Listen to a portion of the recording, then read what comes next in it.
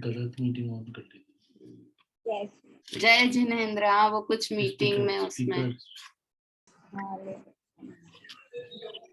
चलिए मंगलाचरण करते हैं।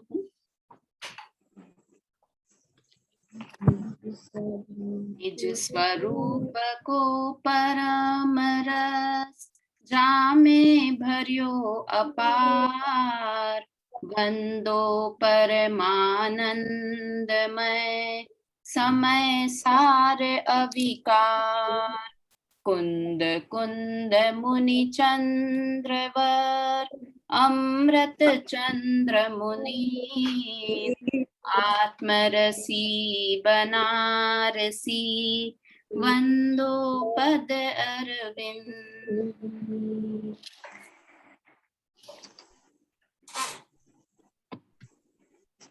नाटक समय सार की अपन चर्चा कर रहे हैं।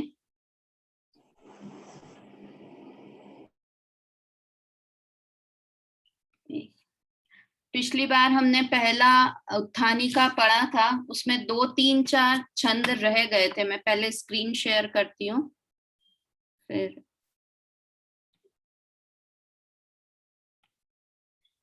ग्रंथ है हमारे पास पूजा जी, फिर भी वो सही रहता है, मेरे को भी पर किसी के पास नहीं भी हो तो भी ठीक है, स्क्रीन तो चालू रहे तो। हाँ ठीक है। हाँ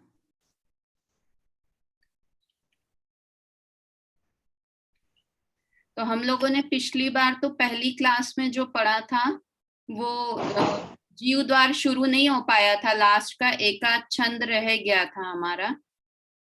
तो 12वें नंबर का मतलब शुरू में इसमें बताया जो भी जीव का वर्णन था और पर्यायवाची शब्द बताए थे। फिर अंतिम जो छंद था 12वें नंबर का 40 क्या नंबर का छंद था,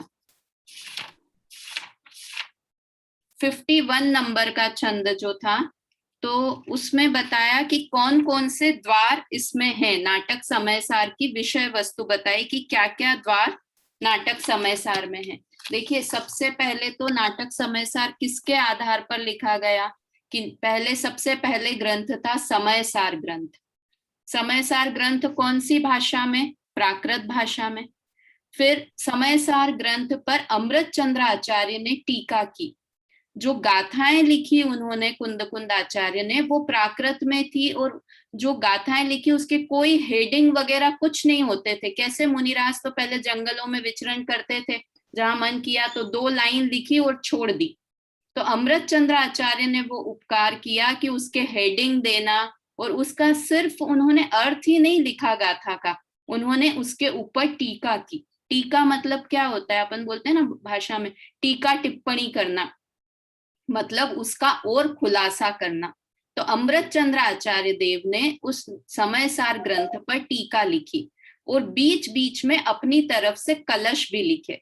कलश लिखे मतलब क्या कि जब वो ऐसे बोलते हैं कि जब अमृत चंद्र आचार्य मस्ती में होते थे तो वो बीच बीच में कलश लिख देते थे। कलश लिखे मतलब उस बात को और सरल करके उन्होंने सबको समझाया, उस बात पर और वजन देने के लिए कलश लिखे।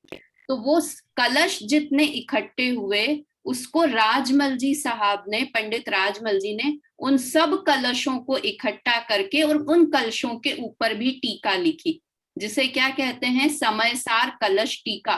पूरा का पूरा एक ग्रंथ ही बन गया वो। अब उस टीका के ऊपर बनारसी दास जी ने ये नाटक समय सार नाम का ग्रंथ लिखा। तो वो है तो किसी तरह से कनेक्टेड, समय सार ग्रंथ से ही कनेक्टेड है, किंतु समय सार ग्रंथ में के अलावा इसमें इन्होंने कुछ और भी चीजें ऐड की बनारसी दास जी ने। कौन कौन से? देखिए नाटक समय सार में तो समय सार में तो टोटल 10 अधिकार हैं। वहां पर अधिकार शब्द का प्रयोग किया गया है समय सार में, और यहाँ पर द्वार शब्द का प्रयोग किया गया है। तो इसमें जो 51 नंबर का छंद है उसमें उसके नाम बताए कि सबसे पहले कौन सा द्वार है कि पहले तो सबसे पहले जो हमने उत्थानी का पढ़ी वो, फिर जीव द्वार, अजीव द्वार, पहला जीव द्वार, दूसरा अजीव द्वार, तीसरा कर्ता कर्म द्वार, चौथा पुण्य पाप द्वार, पांचवा आश्रव, फिर संवर, फिर निर्जरा, फिर मोक्ष और फिर सर्व विशुद्धि, है ना। यहाँ तक सर्व विशुद्धि तक आते आते समयसार ग्रंथ खत्म हो जाता है। उसके बाद समयसार ग्रंथ में क्या आती है, परिशिष्ट बोलते हैं उसको। तो उस परिशिष्ट में क्या लिखा है, एक तो शाद्वाद अधिकार है, उसमें एक 47 शक्तियों का वर्णन है आत्मा की, और एक और है उपाय उपेय अधिकार। ऐसे टोटल 3 चीजें परिशिष्ट में हैं। तो इन्होंने यहाँ तक सर्व विशुद्ध द्वार तक लिखा, उसके बाद शाद्वाद द्वार भी लिखा, और एक साध्य साधक द्वार, और एक अपनी तरफ से बनारसी दास जी ने गुणस्थान अधिकार भी लिखा। और क्यों लिखा वो गुणस्थान अधिकार, क्योंकि वो समयसार को पढ़कर निश्चयाभासी हो गए थे। तो उन्हें लगा कि गुणस्थान का सही स्वरूप नहीं समझने के कारण कोई और भी निश्चयाभासी नहीं हो जाए, इसलिए उन्होंने अपनी तरफ से इसमें एक गुणस्थान द्वार भी और ऐड किया। तो टोटल मतलब 12 तो द्वार हैं और एक अधिकार है गुणस्थान अधिकार। ये तो इसकी विषय वस्तु है नाटक समयसार की। तो अपन इसमें देखिए, ये नीचे नीचे ये अपने स्क्रीन पे भी नीचे दिख रही है ना, जो संस्कृत में लिखी हुई है, ये सब एज इट इज अमृत चंद्र आचार्य देव के कलश हैं, और इन कलशों को ही अर्थ करके और उसी को ही और विस्तार से इन्होंने बनारसी दास जी ने लिखा है। यहाँ पर समयसार की गाथाएं नहीं लिखी है, नहीं तो वो विषय बहुत लंबा हो जाएगा कि पहले समयसार की गाथा, फिर कलश पढ़ें और उसके बाद फिर नाटक समयसार। तो हम भी यहाँ पर सिर्फ कलशों के आधार पर ही नाटक समयसार पढ़ेंगे। ठीक है, तो अभी शुरू करते हैं अपन जीव द्वार। सबसे पहला जीव द्वार, इसमें समयसार में जीवा जीव अधिकार एक ही नाम से है, जीव और अजीव का एक ही अधिकार है, किंतु बनारसी दास जी ने जीव द्वार और अजीव द्वार ऐसे 2 अलग अलग द्वार कर दिए। ठीक है, तो अभी हम शुरू करते हैं ये वाला द्वार। इसमें टोटल 35 छंद हैं, इस द्वार में 35 छंद हैं। तो मेरे को लगता नहीं है कि हम एक दिन में, मेरी कोशिश ये थी कि अपन एक दिन में एक द्वार करें, किंतु ये बहुत ही मेन विषय है इसमें जीव द्वार में। मतलब इतना कहते हैं कि यहाँ पर एक तरह से तो समयसार खत्म हो गया, जो बताना था कुंद कुंद आचार्य देव ने वो यहाँ तक में बता दिया। मतलब पूरी समयसार में जो मेन चीज बताना चाहते हैं ना, वो इस जीव द्वार में है। तो इसलिए अपन इसमें बहुत जल्दी नहीं करेंगे, जो समझने वाले छंद हैं उनको अच्छे से समझेंगे और फिर आगे बढ़ेंगे। देखिए, इसमें पहला छंद है चिदानंद भगवान की स्तुति। तो अपन ये तो बोलते ही हैं, पहला छंद बोलिए सब भी साथ में। शोभित निज अनुभूति ज्योत चिदानंद भगवान, सार पदार्थ आत्मा सकल पदार्थ जान। क्या लिखा कि इस पूरे दुनिया में सारभूत पदार्थ कौन है, कि आत्मा है ना। सारभूत सकल पदार्थ जान, सार पदार्थ आत्मा। पदार्थ कितने, पदार्थ बोले या द्रव्य बोले, तो द्रव्य जाति अपेक्षा 6 और संख्या अपेक्षा तो अनंतानंत। तो 6 द्रव्यों में भी एक आत्म द्रव्य है, वही मुख्य है। क्यों है, क्योंकि वो मैं हूं, मेरी बात है।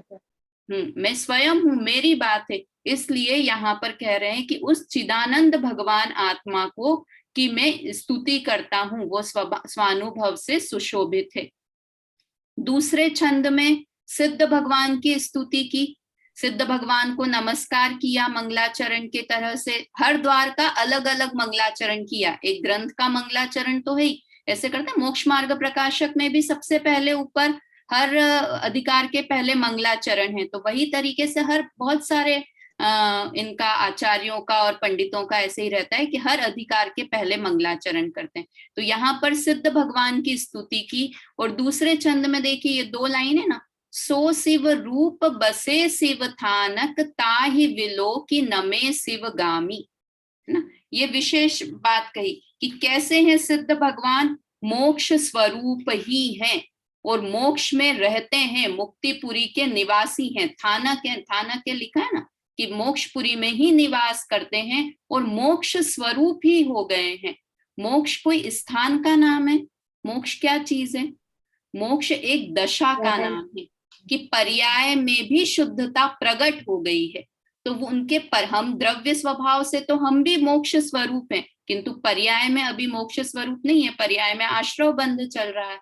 तो सिद्ध भगवान कैसे हैं कि शिव रूप हैं और मोक्ष में ही निवास करते हैं, और ऐसा जानकर मोक्ष जाने का इच्छुक या मोक्षगामी, शिवगामी लिखा है ना, मोक्ष जाने का इच्छुक या मोक्ष मार्गी बनारसी दास जी ऐसे सिद्ध भगवान को नमस्कार करते हैं। ठीक है, फिर ये तीसरे छंद में, तीसरा, चौथा और पांचवा, तीनों छंद में जिनवाणी माता की स्तुति की गई है।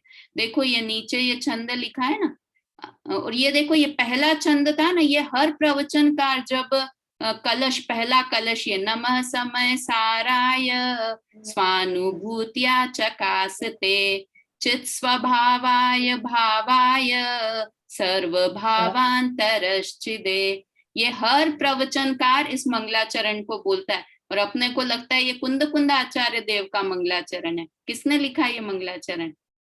अमृत चंद्र आचार्य ने, है ना। ये अमृत चंद्र आचार्य देव का कलश है ना, तो वो अमृत चंद्र आचार्य भी कम नहीं थे, कुंद कुंद आचार्य देव के समान ही थे। तो उनका मंगलाचरण, ऐसा नहीं कि सिर्फ समय सार पढ़ते हैं तो ये मंगलाचरण बोलते हैं। बहुत सारे पंडित जब ग्रंथ प्रारंभ करते हैं तो भी इस मंगलाचरण का प्रयोग करते हैं, है ना। और ये वाला जो दूसरा वाला दिख रहा है, ये दूसरा वाला, ये अनंत धर्म नश्चे पश्चंती, है ना, ये वाला जिनवाणी स्तुति के रूप में ये संस्कृत की स्तुति भी बोली जाती है ना। सुनी होगी आपने, अपने स्मारक में तो बोलते ही हैं, अनंत धर्म नस्तश्च पश्यन्ति प्रत्यागात्मनः अनेकांतमयी मूर्ति नित्यमेव प्रकाशताम। तो ये मंगलाचरण के रूप में भी बोलते हैं। तो यहाँ पर जिनवाणी स्तुति है पहले तीसरे छंद में भी, फिर उसके बाद चौथे छंद में भी। एक मिनट, ये स्क्रीन ऊपर करना।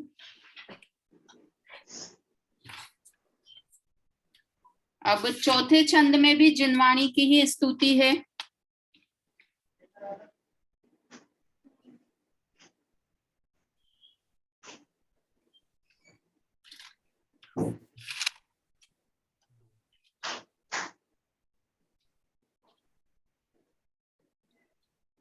एक मिनट में स्क्रीन अटक, ऊपर, इधर ऊपर करना।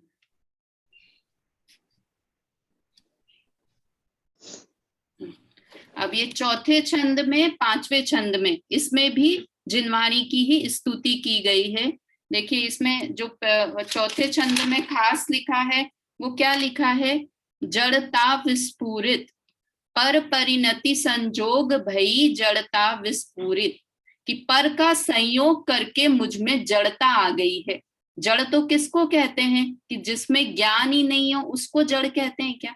तो ये अज्ञान तीन तरह का होता है। अज्ञान ना, किस किस को अज्ञान कहते हैं कि तीन तरह से अज्ञान का वर्णन मिलता है। एक तो अल्प ज्ञान हो उसे अज्ञान कहते हैं। दूसरा अज्ञान क्या होता है, गलत ज्ञान हो, किसी विषय के बारे में गलत ज्ञान हो, उसको भी क्या कहते हैं, अज्ञान कहते हैं। और तीसरा क्या किसको कहते हैं, अज्ञान, कि ज्ञान ही नहीं है ना। जैसे पुद्गल कैसा है, अज्ञानी है कि उसमें ज्ञान ही नहीं है पुद्गल में। और एक मिथ्या दृष्टि जीव को अज्ञानी बोलते हैं। क्यों बोलते हैं? क्योंकि सही ज्ञान नहीं है। और एक अल्प ज्ञानी को 12वें गुण स्थान तक को क्या बोलते हैं, अल्प ज्ञानी। तो अज्ञान है 12वें गुण स्थान तक, औदैक भाव है ना अज्ञान नाम का। तो ये यहाँ पर क्या लिखा, भई जड़ता विस्फुरित। तो यहाँ पर जड़ता का अर्थ क्या है प्रीति, क्या है जड़ता का अर्थ? यहाँ पर ज्ञान नहीं है कि गलत ज्ञान, मिथ्या ज्ञान, मिथ्या ज्ञान के लिए है ना, जड़ता हो गई है मतलब मिथ्या ज्ञान हो गया है। पर परिणति का संयोग करके मुझ में अज्ञानता आ गई है, अर्थात मिथ्या ज्ञान हो गया है। और अब ये समय सार का वर्णन करता हूं जिससे कि मेरा अज्ञान नष्ट हो जाए, ऐसा चौथे छंद में बताया। फिर पांचवें छंद में क्या बताया, पांचवें छंद में देखो ये स्पेशल लाइन, दर्शन मोह जाको गयो है सहज रूप आगम प्रमाणता के हृदय में आयो है। यहाँ आगम का अर्थ क्या है, जिनवाणी, कि जिसका दर्शन मोह नष्ट हो गया है, लिखा ना, दर्शन मोह जाको गयो है, तो उसको सहज ही आगम मतलब जिनवाणी का पूरा ज्ञान उसके हृदय में आ गया है। किसके हृदय में? कि जिसका दर्शन मोह चला गया है। दर्शन मोह चला गया है कहें, या मिथ्या दर्शन चला गया है कहें, या कहें सम्यक दर्शन हो गया है। तो ये लिखा कि देखो, मिथ्या दृष्टि तो सिर्फ ग्रंथ पढ़ता है, किंतु सम्यक दृष्टि जो होते हैं वो ग्रंथ के मर्म को समझते हैं, और उनके पूरा आगम उनके हृदय में आ गया है ना। जिसका दर्शन मोह चला गया है उसके हृदय में पूरा आगम आ गया है। अब कोई सम्यक दृष्टि जीव हो, उसको पता ही नहीं हो कर्म की कितनी प्रकृति है।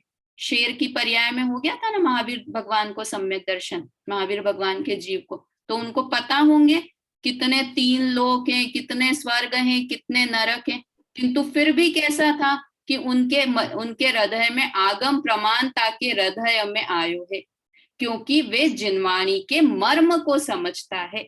सम्यक दृष्टि जीव जिनवाणी के मर्म को समझता है, और मिथ्या दृष्टि बहुत सारी जिनवाणी पढ़ ले किंतु उसके मर्म को नहीं समझता है, इसलिए उसको कुछ भी पढ़ते हुए भी, शास्त्र ज्ञान करते हुए भी शास्त्र ज्ञान उसे नहीं है। तो इस तरह से ये वाली बात हुई। अब छठे छंद से, इसके बाद वाला छंद वास्तव में यहां से असली समय सार शुरू हुआ। छठे छंद से ये लिखा है ना, निश्चय नय की प्रधानता। यहाँ पर उन्होंने कुंद आचार्य ने निश्चय व्यवहार का बहुत अच्छा स्वरूप बताया ना। अपन ये छंद बोलते हैं यहाँ से साथ में। जो नर कोई गिरे गिरि सोती ही सोही, तू जो गहे दृढ़ बाही, त्यों बुध को व्यवहार भलो, तब लो जब लो शिव प्राप्ति नाही। यद्यपि परवान तथापि सदे परमारथ चेतन माहि, जीव अव्यापक है पर सो पर व्यवहार सो पर की परछाई। क्या? अब यहाँ से उदाहरण दे दे के समझा रहे हैं कि कोई पुरुष, अपन एक एक शब्द का अर्थ नहीं करते हैं, भावार्थ ही करते हैं, कि कोई पुरुष ऊपर से पर्वत से गिर रहा हो, तो किसी ने उसे हाथ देकर ऐसा सहारा दिया, तो उसको हाथ का सहारा लेना सही है या नहीं है? अगर नहीं लेगा तो क्या होगा कि वो पूरी तरह से ही नीचे गिर जाएगा। तो वैसे ही बुद्ध को, मतलब ज्ञानी जीवों को व्यवहार भला है, मतलब व्यवहार करने योग्य है। भला कब है? तब लो जब लो शिव प्राप्ति नाही, कि जब तक मोक्ष की प्राप्ति नहीं हो जाती। पुरुषार्थ किस चीज का करते हैं ज्ञानी? कि आत्मा में ही रहें, किंतु उपयोग आत्मा में लीन नहीं रह पाता है। तब क्या करते हैं? तब वो व्यवहार का आश्रय लेते हैं। ये अब व्यवहार की 2-3 यहाँ पर निश्चय व्यवहार की बात आई है ना। ये लिखा है, एक और ये लाइन है ना, व्यवहार सो तो पर की परछाई। इसका मतलब है कि व्यवहार नए जीव को पराधीन कर देता है, पर की परछाई ये पर के अधीन कर देता है। देखो, निश्चय और व्यवहार यहाँ बात आई, तो निश्चय किसे कहते हैं और व्यवहार किसे कहते हैं? अपन ने एक परिभाषा पढ़ी है ना, भूतार्थ सो निश्चय, अभूतार्थ सो व्यवहार। भूतार्थ मतलब क्या होता है? सच्चा, और अभूतार्थ मतलब झूठा। व्यवहार नय जो बोलता है वो झूठा है क्या?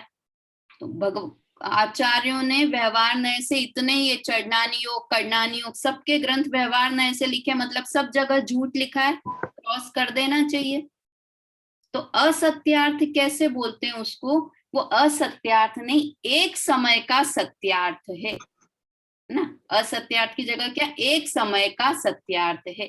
जैसे अपन बोलते हैं ना, राम ने रावण को, अपने में तो राम ने रावण को मारा ही नहीं, किसने मारा रावण को?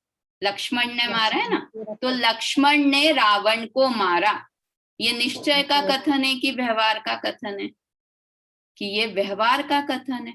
तो व्यवहार अगर झूठा बोलेंगे तो अपने ग्रंथों में ही आया है, पद्म पुराण में ही, कि लक्ष्मण ने रावण को मारा। अगर व्यवहार को झूठा बोलेंगे तो मतलब हो गया लक्ष्मण ने रावण को नहीं मारा। तो ऐसा तो है नहीं, पर वो एक समय का सत्य है। मतलब अगर हम किसी अपेक्षा से बात करें तो ये बात सही है कि लक्ष्मण ने रावण को मारा, किंतु निश्चय न्याय कैसा होता है, त्रिकाल सत्य को बताता है। कि निश्चय न्याय से बात करेंगे तो क्या कहेंगे कि उसके कर्म का उदय था, ये भी एक तरह से व्यवहार में चला जाता है कि कर्म का उदय था, आयु कर्म पूर्ण हो गया था। और निश्चय में जाएंगे तो क्या है कि उस समय की पर्याय की वैसी ही योग्यता थी। तो व्यवहार एक समय का सत्यार्थ है। और दूसरा क्या है निश्चय, कि निश्चय स्वाश्रित होता है और व्यवहार कैसा होता है, पराश्रित होता है।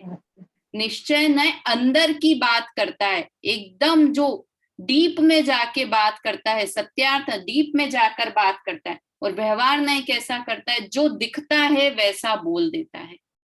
तो अपन इसीलिए कहते हैं ना कि 28 मूल गुणों का पालन करना वो मोक्ष का कारण है ना, ऐसा बोला 28 मूल गुणों का। तो इसका क्या मतलब हुआ कि बाहर से देखेंगे तो 28 मूल गुण का पालन उस जीव को होगा, किंतु अंदर की बात क्या है कि शुद्ध भाव, शुद्ध परिणति, शुद्धोपयोग में रहेंगे तब जीव को केवल ज्ञान की प्राप्ति होगी। समझ में आया?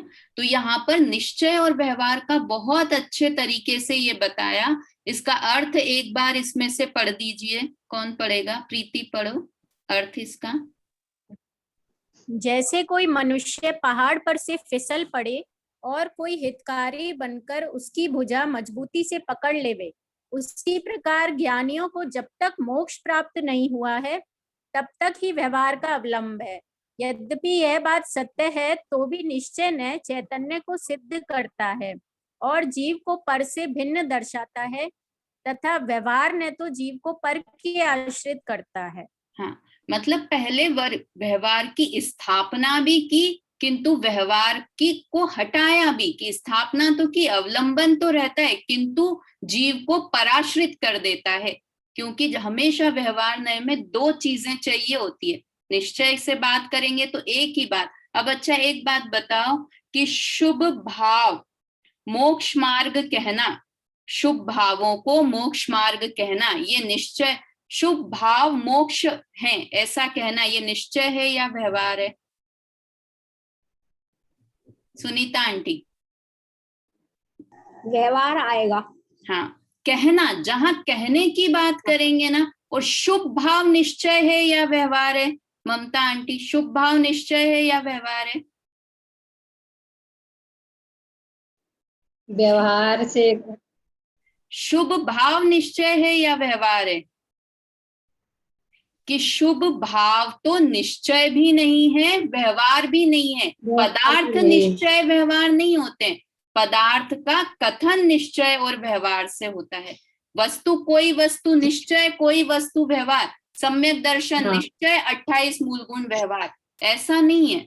28 मूल गुणों को मोक्ष मार्ग कहना ये व्यवहार, और सम्यक दर्शन ज्ञान चारित्र को मोक्ष मार्ग कहना ये निश्चय। ये भी एक तरह का व्यवहार है, गुण भेद हो जाते हैं, पर मोटे तौर पर ये निश्चय है ना। तो पदार्थ निश्चय व्यवहार नहीं है, कथन करना वो निश्चय व्यवहार है।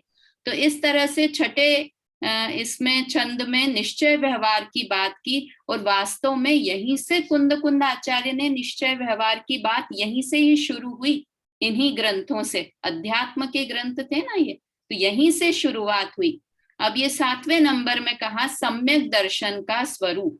ये अपन 3-4 छंद बोल लेंगे क्योंकि ये बहुत खास छंद है, इसलिए चलिए साथ में बोलते हैं। 31 है ये छंद।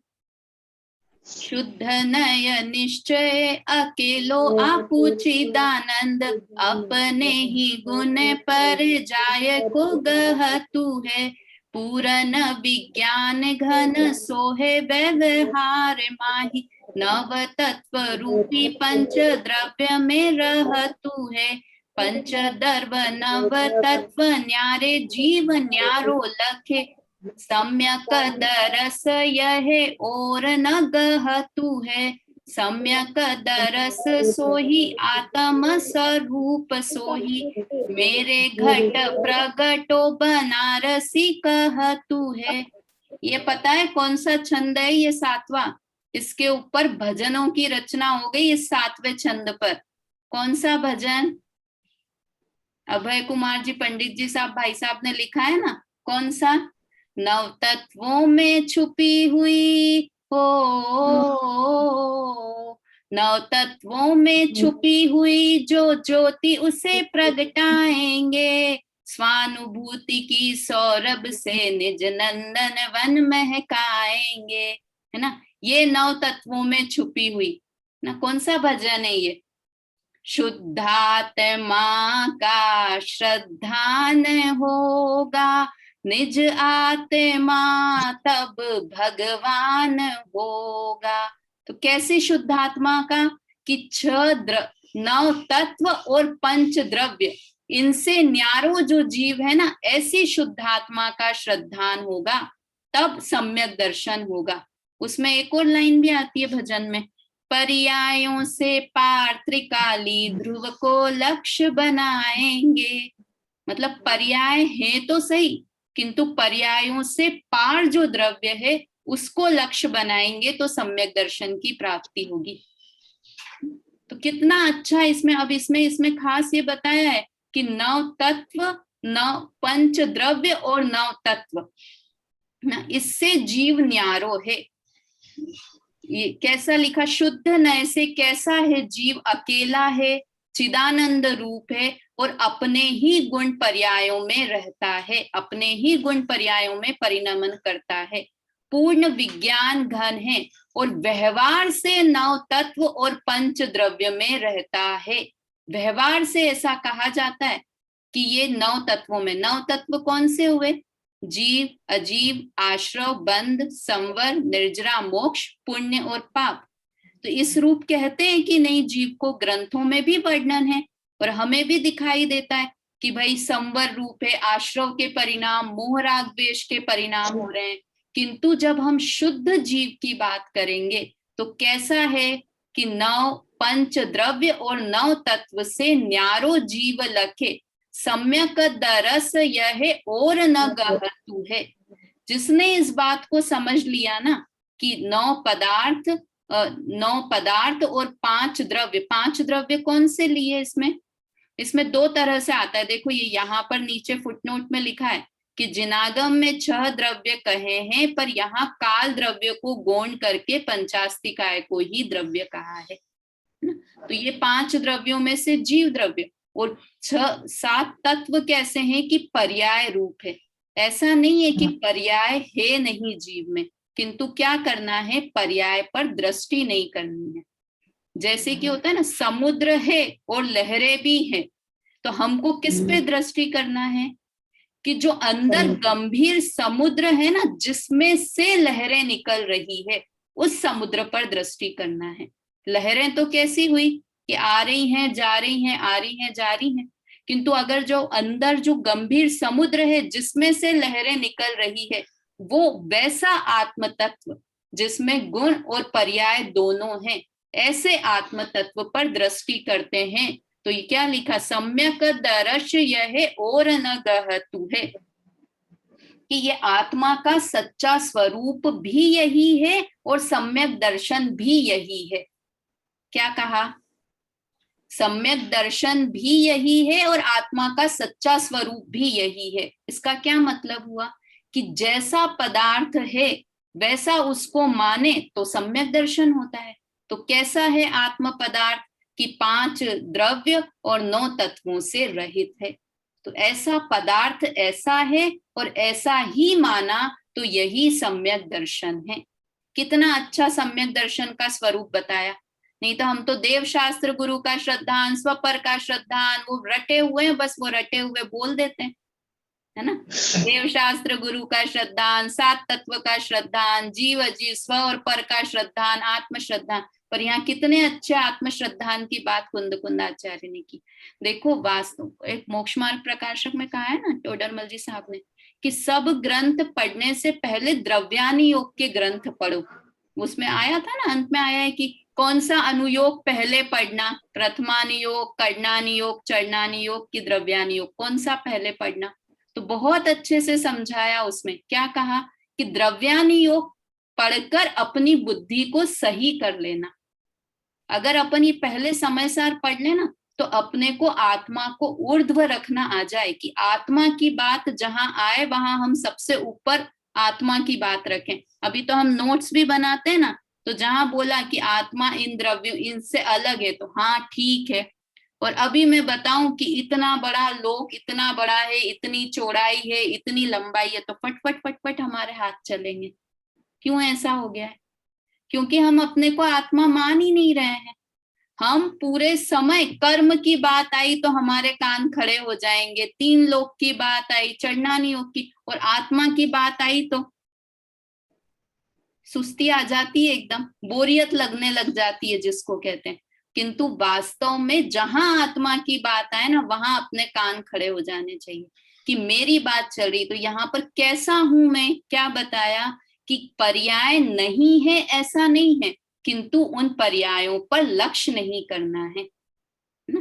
5 द्रव्य दूसरे इस संसार में है नहीं ऐसा नहीं है, किंतु उन पर मुझे अपनी दृष्टि नहीं करना है, उनको मुख्य नहीं करना है। मुख्य किसको करना है कि जो ध्रुव स्वभाव आत्मा है उसे मुख्य करना है। गुण और पर्यायों का अभेद पिंड उसे मुख्य करना है।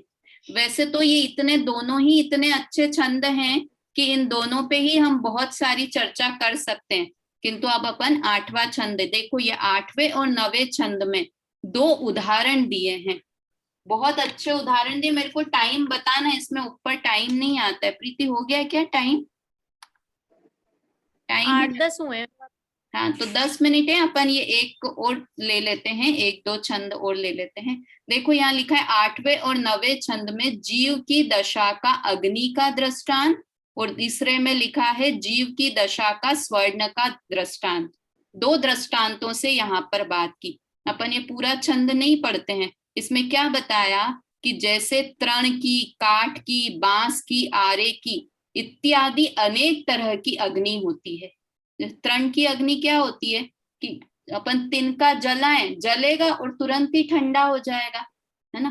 काठ की अग्नि, लकड़ी, ठोस लकड़ी की अग्नि कैसी होती है कि वो जलने में थोड़ा टाइम पर बहुत देर तक जलती रहेगी, है ना।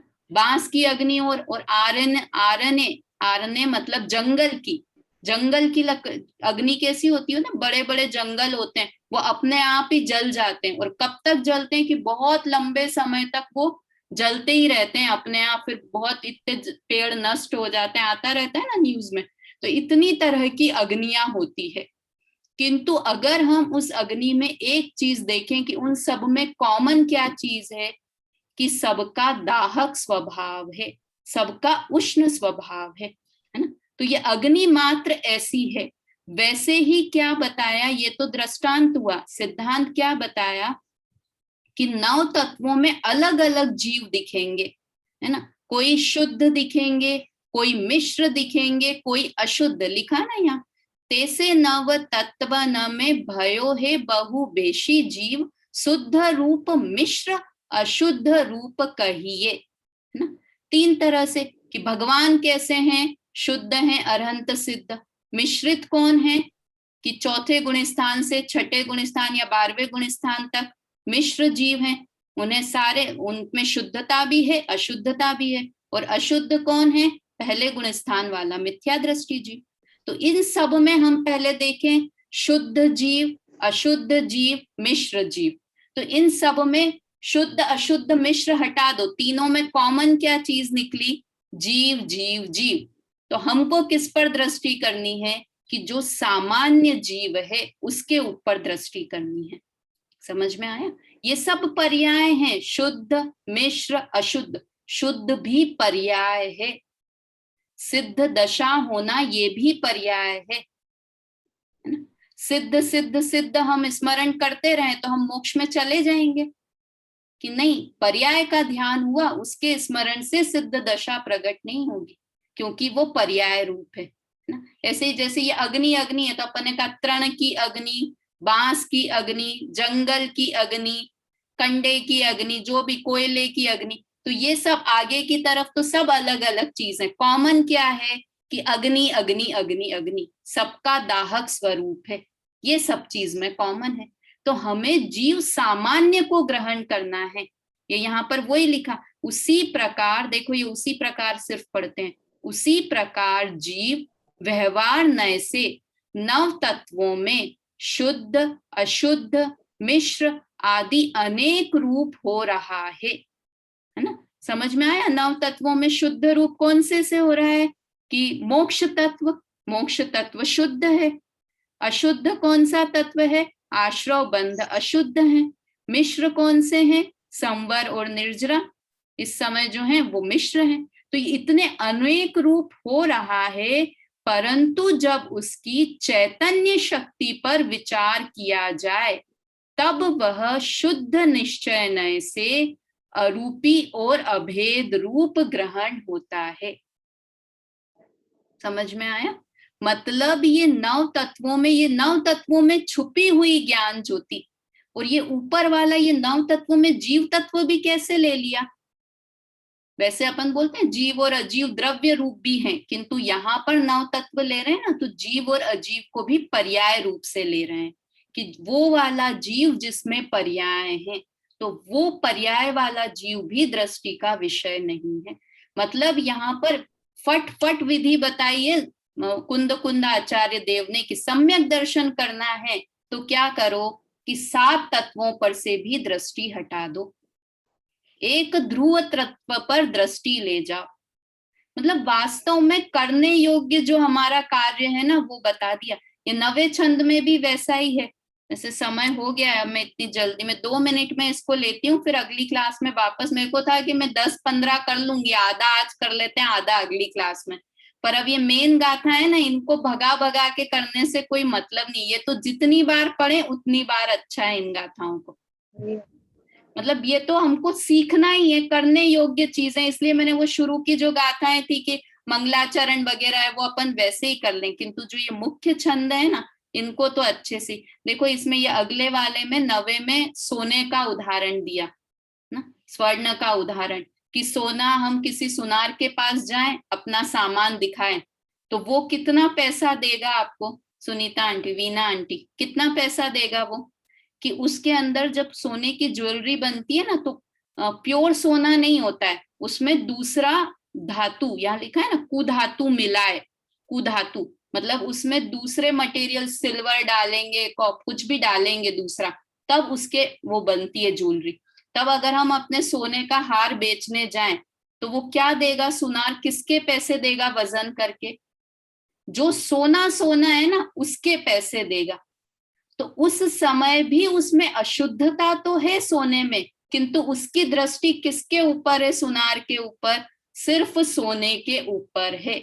उसी तरह यहाँ पर क्या कहा कि 9 तत्व में जीव दिखाई तो देगा, अशुद्ध जीव दिखाई दे रहा है, मिश्र जीव दिखाई दे रहा है, किंतु ज्ञानी की दृष्टि किसके ऊपर है? कि शुद्ध जीव के ऊपर है। अभी इस समय भी, अभी मैं कैसा हूं? रागी द्वेषी हूं, किंतु उस समय भी ज्ञानी अपने आप को कैसा अनुभव करते हैं? कि शुद्ध अनुभव करते हैं। कर सकते हैं कि नहीं? कि सुनार कर रहा है ना, ऐसा ही तो कर रहा है कि अशुद्ध है सोना, किंतु उस समय भी उसकी दृष्टि शुद्धता पर ही है। वैसे ही ज्ञानी जीव अशुद्ध के समय भी अपने आप को शुद्ध अनुभव करते हैं। गलत अनुभव करते हैं कि सही? सही अनुभव। ऐसा नहीं कि ख्यालों में बात नहीं है, सच्चाई यह है कि उस समय भी वो सोना अलग का अलग शुद्ध है। तो ये वाला अपन 9वां छंद फिर से लेंगे, अभी समय हो गया है।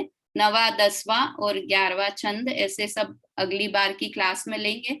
और कुछ क्वेश्चन अगर आप लोगों के रहे ना तो पूछ लिया करिए आप लोग, बीच में रेज हैंड करके या बोल के। मैं तो म्यूट भी नहीं कर रखा है इसीलिए, तो अगर कुछ रहे तो आप बीच में प्रश्न पूछ भी लिया करिए। और अपनी तरफ से अभी समय हो गया है, अगले सैटरडे को फिर से क्लास लेंगे। विजयवाणी स्तुति करके समाप्त करते हैं। निज निधि निज में बताई, यह अनंत उपकार है, उसके लिए जिन वाणी माँ को वंदना 100 बार है। वंदना शत बार है।